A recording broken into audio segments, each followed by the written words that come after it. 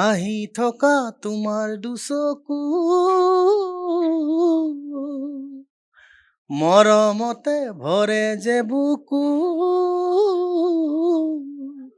কাষলে আহিবা মৰম নানি না আঁতৰি থাকিলে দূৰতে আচলতে তেখেতে এইটো গান এবাৰ ডাবিং কৰিবলৈ আহিছিল ৰাতি প্ৰায় 1মান বজাত, কিন্তু আমাৰ ডাবিং সিদিনা ফুলফিল নহ'ল।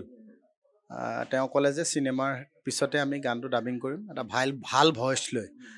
ভইচ সিদিনা ঠিক নাছিল, গতিকে আমাৰ গানটো তেনেকেই থাকি গ'ল। আজি জুবিন গাৰ্গৰ অবিহনে ৰাংঢালী যেনেকৈ, কাইলৈ মোৰ অবিহনেও যাতে ৰাংঢালী জীয়াই থাকে, সেইটোৱে আমি আশা কৰিছোঁ আজিৰ দিনটো। ৰাংঢালী আজি মুকলি হৈছে। এইটো জুবিন গাৰ্গে এদিন গাবলৈ আহিছিল, শ্বুটিঙৰ পৰা আহি সোমাইছিলে বোলে ৰাতি 8টা বজাত, গাবলৈ যোজাও কৰিছিলে, কিন্তু ভাগৰ লগত থকাৰ কাৰণে গানটো সিদিনাখন গোৱা নহ'ল। কৃষ্ণমণিদাৰ যি ৰাংঢালী 26 বছৰ হ'ল, আৰু 26 বছৰীয়া ৰাংঢালীৰ যিটো মুখ্য গীত আজি মুক্তি দিয়া হ'ল, দ্বিতীয়টো গীত বুলি ক'ব লাগিব। কি ক'ব কৃষ্ণদা? ৰাংঢালীৰ আচলতে সকলোৰে ভাবি থকা যিটো গীত, চকুৰ ওপৰত হাঁহি থকা তোমাৰ দুচকু, আজি অসমীয়া ৰাইজলৈ আমি মুকলি কৰি দিছোঁ। কাৰণ ৰাংঢালীৰ প্ৰতি মানুহৰ যি মানে মৰম আৰু ভাল পোৱা, আতি আতি বুকুৰ মাজত বান্ধি ৰখা সেই মৰমবোৰৰ কাৰণে হয়তো আজি ৰাংঢালীয়ে 25টা বছৰ অতিক্ৰম কৰিলে। আৰু জুবিনবিহীন প্ৰথমটো ৰাংঢালী এবাৰ, কাৰণ আজি যিটো মুখ্য গীত সেইটো জুবিন গাৰ্গৰ কণ্ঠদান প্ৰতি বছৰে থাকে। এইবাৰ জুবিনবিহীন ৰাংঢালী, আমি কামটো কৰিবই লাগিব, গান শুনিবই লাগিব মানুহে। গতিকে জুবিন গাৰ্গে কৈ গৈছে যে কৰ্মৰ জৰিয়তে মানুহে আগুৱাই যাব লাগিব, যিমান ভাল দিন বেয়া দিন চব কামৰ জৰিয়তে প্ৰকাশ কৰিব লাগিব। তো সেইকাৰণে আমাৰ ৰাংঢালী মুখ্য গীত ৰাইজৰ বহুত ডিমাণ্ড আছিলে কেতিয়া আহিব, গতিকে আজি উপলব্ধ হৈছে কৃষ্ণমণি চুতীয়া অফিচিয়েল ইউটিউব চেনেলৰ জৰিয়তে। গতিকে সকলোৱে শুনিবচোন, ভাল বেয়াখিনি আমাক ক'ব, ভাল লাগিব। আৰু এই বিশেষ গীতটোৰ যিটো সকলো ৰখি থাকে, এই মুখ্য গীতটোৰ বাবে যে চকুক লৈ পেলাই কোৱা হৈছে, জুবিন দাই প্ৰতি বছৰে কণ্ঠদান নকৰে বুলি ক'ব লাগিব। এবাৰ জুবিন দা নোহোৱা হোৱাৰ পিছত নে আগত এইটো পৰিকল্পনা কৰা হৈছে? আচলতে তেখেতে এইটো গান এবাৰ ডাবিং কৰিবলৈ আহিছিল ৰাতি প্ৰায় 1মান বজাত, কিন্তু আমাৰ ডাবিং সিদিনা ফুলফিল নহ'ল।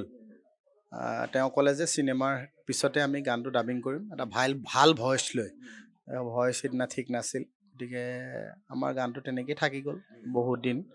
গতিকে আমি ভাবিলোঁ যে গানটো মানুহে শুনাটো বৰ জৰুৰী আছে, কাৰণ জুবিন গাৰ্গৰ অবিহনে কোনটো গীতনো জুবিন গাৰ্গে গাব লগা আছিল মানুহে জনাটো বৰ প্ৰয়োজন। গতিকে ৰাংঢালীৰ মুখ্য গীত জুবিনবিহীন মুখ্য গীত এবাৰ। গতিকে ৰাইজে ৰাংঢালী কেনেকৈ, আজি জুবিন গাৰ্গৰ অবিহনে ৰাংঢালী যেনেকৈ, কাইলৈ মোৰ অবিহনেও যাতে ৰাংঢালী জীয়াই থাকে, সেইটোৱে আমি আশা কৰিছোঁ আজিৰ দিনটো। কৃষ্ণ, আপুনি অকণমান ৰ'ব, আমি গানটো শুনিম। মই পোনে পোনে কমলিকাৰ ওচৰলৈ আহিব বিচাৰিছোঁ, যিহেতু ৰাংঢালী এইটো মুখ্য গীত বুলি ক'ব লাগিব, আৰু গীতটো তুমি কণ্ঠদান কৰিছা, কি ক'বা? খুব ভাল লাগিছে। আচলতে কেইদিনমান আগতে হেকুটি বিহুটো ৰিলিজ হৈছে, আজি আন এটা গীত ৰিলিজ হৈছে।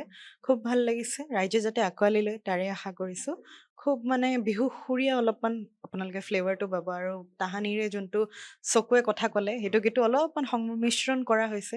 নিশ্চয়কৈ শুনি খুব ভাল পাব আপোনালোকে। ৰাংঢালী তুমি প্ৰথমবাৰৰ বাবে কণ্ঠদান কৰিছা? নহয়, পূৰ্বে মই 2023ত মই কৰিছোঁ, এটা খুব সুন্দৰ গীত আছিল, চকুৱে মৰম দেখা হ'লে বুলি। তাৰপিছত লাষ্ট ইয়েৰ মই কৰিবলৈ নোৱাৰিলোঁ বিশেষ কাৰণত। এইবছৰ আকৌ মই দুটি গীতেই মামাৰ লগত কণ্ঠদান কৰিছোঁ। ঠিক আছে, আমি অকণমান আপোনালোক দুয়োগৰাকী কণ্ঠত অকণমান গানটো শুনিলোঁ, অকণমান কাষলৈ আহিলে ভাল হয়। গানটো প্ৰথম এনেকুৱা, হাঁহি থকা তোমাৰ দুচকু মৰমতে ভৰে যে বুকু কাষলে আহিবা মৰম নানি না আঁতৰি থাকিলে দূৰতে নৰবা আঁতৰি থাকিলে মনে মোৰ নামানে ঐ ৰাংঢালী খুলি থৈছো প্ৰেমৰে জপনা। অকণমান আমি কমলিকাৰ কণ্ঠত শুনো।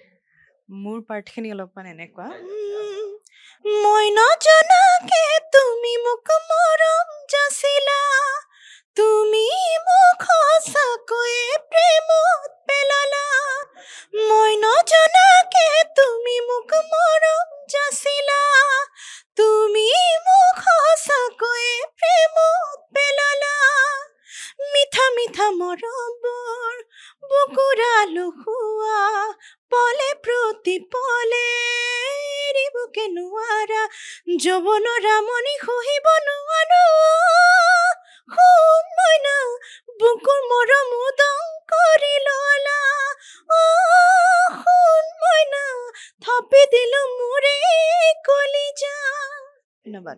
মোৰ লগত ৰাজাদা আছে, যিহেতু আজি ৰাংঢালীৰ মুখ্য গীত ২৬ বছৰ যিহেতু ভৰি দিলে, আজি মুখ্য গীতটো আজি ৰাইজৰ মাজলৈ আগবঢ়াই দিয়া হৈছে। ৰাজাদা, কি ক'ব আপুনি যিহেতু এই অনুষ্ঠানত উপস্থিত আছে? আচলতে মই মানে গোটেই প্ৰজেক্টটোৰ লগত জড়িত আছোঁ, সেইকাৰণে মোক মাতিলে আৰু কৃষ্ণই কালি ফোন কৰি ক'লে যে আপুনি মানে আপোনাৰ হাতেৰে আগবঢ়াই দিম বুলি ভাবিছোঁ, সেইকাৰণে মই আহিলোঁ। সাধাৰণতে আমাৰ এইবিলাকত থকা নহয়, আমি বজাওঁ আৰু পাহৰি যাওঁ আৰু পিছত কোনোবাই শুনিবলৈ দিলেহে শুনা হয়, এইটো গান মই বজোৱা বুলি।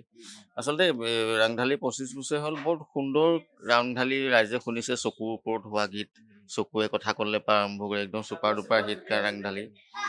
এবাৰ খালি চবৰে এটাই দুখ যে এই যিটো গান ৰাংঢালী আজি মুকলি হৈছে, এইটো জুবিন গাৰ্গে এদিন গাবলৈ আহিছিল, শ্বুটিঙৰ পৰা আহি সোমাইছিলে বোলে ৰাতি ৮টা বজাত গাবলৈ যো-যাও কৰিছিলে, কিন্তু ভাগৰ লগত থকাৰ কাৰণে গানটো সেইদিনাখন গোৱা নহ'ল আৰু চিনেমাখন শেষ কৰি এই ছিংগাপুৰৰ পৰা আহি গোৱা কথা আছিলে বুলি কৃষ্ণমণি চুতীয়াই কৈছে। গতিকে এটা বৰ দুখ লগা কথা আচলতে, টেকটো যিহেতু হৈয়ে আছিলে আৰু কমলিকা আৰু কৃষ্ণমণি চুতীয়াই গাইছে, আৰু কৃষ্ণমণি চুতীয়াৰ কথা ৰাইজে জানেই, তেওঁৰ কণ্ঠটো ৰাইজৰ গ্ৰহণযোগ্য কণ্ঠ।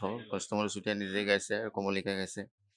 গতিকে ভাল হৈছে গীতটি ট্ৰেকটো তৰুণময় কৰিছে, জি কে মাইনা আছে, আমি জড়িত আছোঁ। গতিকে খুব সুন্দৰ ট্ৰেক, ৰাইজে শুনি ভাল পাব।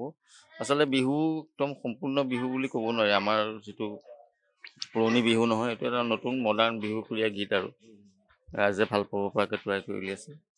সেয়াই, গতিকে শুভেচ্ছা জনাইছোঁ ৰাইজে। মই ভাবিছোঁ ৰাইজে আঁকোৱালি ল'ব, কৃষ্ণমণি চুতীয়া গান এনেও হিট হয়, ভাল পাব ৰাইজে। ৰাংঢালীৰ এই যিটো গীত, এই বিশেষ গীতটো জুবিনদাৰ প্ৰতিবাৰে গায়, এই চকুক লৈ পেলাই যিটো গীত গোৱা হয়, জুবিনদাই প্ৰতিবাৰে কণ্ঠ নিগৰায় আৰু এবাৰ গান গায়, এই মেইন টাইটেল ট্ৰেকটো তেওঁ গায়, মানে চকুৰ ওপৰত যিটো গান থাকে।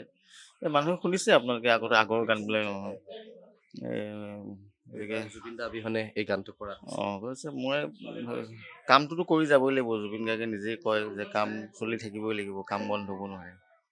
মানে সংগীতটো নদীৰ নিচিনাকৈ বৈ থাকিব লাগিব, বন্ধ হৈ যাব নোৱাৰে এইটো। গতিকে কাম কৰিছে ৰাইজে। আচলতে বহুত দেৰি হৈছে এবাৰ কাম কৰোঁতে, ডিচেম্বৰ ১ তাৰিখেই গান ৰিলিজ হয় আচলতে, এই যিটো আজি ৰিলিজ হৈছে। কাম কৰি থাকোঁতে সকলোৰে মন বেয়া হৈ আছিলে। জুবিন গাৰ্গবিহীন এটা ডাঙৰ শূন্যতা চলি আছিলে। বহুত মানুহতো এতিয়াও কামত বহা নাই, আজিও জুবিন গাৰ্গৰ কথা ভাবি মানে কিবা হৈ আছে। মানে বহুত মানুহে, বহুত এৰেঞ্জাৰে কয় যে কামটো আছিলে কিন্তু কাম আগবঢ়াব পৰা নাই, বহিলেই তেওঁলৈ মনত পৰে। গতিকে এই শূন্যতাটো ভাঙি পেলাই আগবাঢ়ি আহিব লাগিব সকলো, মই ভাবোঁ কাম কৰিব লাগিব, তেতিয়াহে জুবিন গাৰ্গে আচলতে আত্মাই শান্তি পাব। ৰাংঢালীৰ যিহেতু এইবছৰ যি মুখ্য গীত এতিয়া মুকলি কৰা হৈছে, আৰু মুখ্য গীতৰ মুখ্য মানুহজন দীনেশ সোণোৱাল ডাঙৰীয়া আমাৰ লগত আছে, যিহেতু গীতটো আপুনি লিখিছে আৰু গীত সুৰ কৰিছে, কি ক'ব? মই অকলে বুলি নহয়, আৰু আছে মানে লগত আকাশ নিবিড়হঁত আছিলে, ৰূপন চুতীয়া, ভাইটি, আমি বহিয়ে গোটেইখিনি আৰু কিছুমান মই কৈ গৈছোঁ আৰু এতিয়া ভাল হৈছে নে কি এইটো ৰাইজে অসমৰখিনি ৰাইজে ক'ব আৰু আমি আৰু লিখিবলৈ চেষ্টা কৰোঁ কেতিয়াবা মন গ'লে। সেয়া জুবিনবিহীন ৰাংঢালীৰ প্ৰথমটো গীত এইটো ক'ব লাগিব। তাকে সেইটো আমাৰ জুবিনে এদিন গাবলৈও আহিছিলে বুলি কৈছে ভাইটিয়ে, মই নাছিলোঁ বাৰু, কিন্তু তেওঁ হয়তো গা অসুখ কাৰণে সেইদিনাখন নাগালে গানটো। বোলে চিনেমা কাম চলি আছিলে তেখেতৰ, সেই দুদিনমান পিছত চিনেমা কাম কৰি গাম বুলি কৈছিলে বুলি কৈছে ভাইটিক কৈছে আৰু। কিন্তু এতিয়া এনেকুৱা হৈ যোৱাৰ পাছত আৰু সেই এতিয়া মানে গান অলপ কি ক'ম, ভাষাই নোলায় মানে গানৰ। আকৌ এটা চাওঁ যে তেওঁ গান ভাল পাইছিলে আৰু কৰ্ম কৰি যাবলৈ মানুহক উচ্ছ্বাস জগাইছিলে, সেইটো কাৰণে নকৰিলেও আকৌ মনটো তেওঁ দুখ পাব বুলি আত্মাই কাম কৰি যাবই লাগিব। আমি সেয়ে কৰিছোঁ আৰু যিমানখিনি পাৰিছোঁ।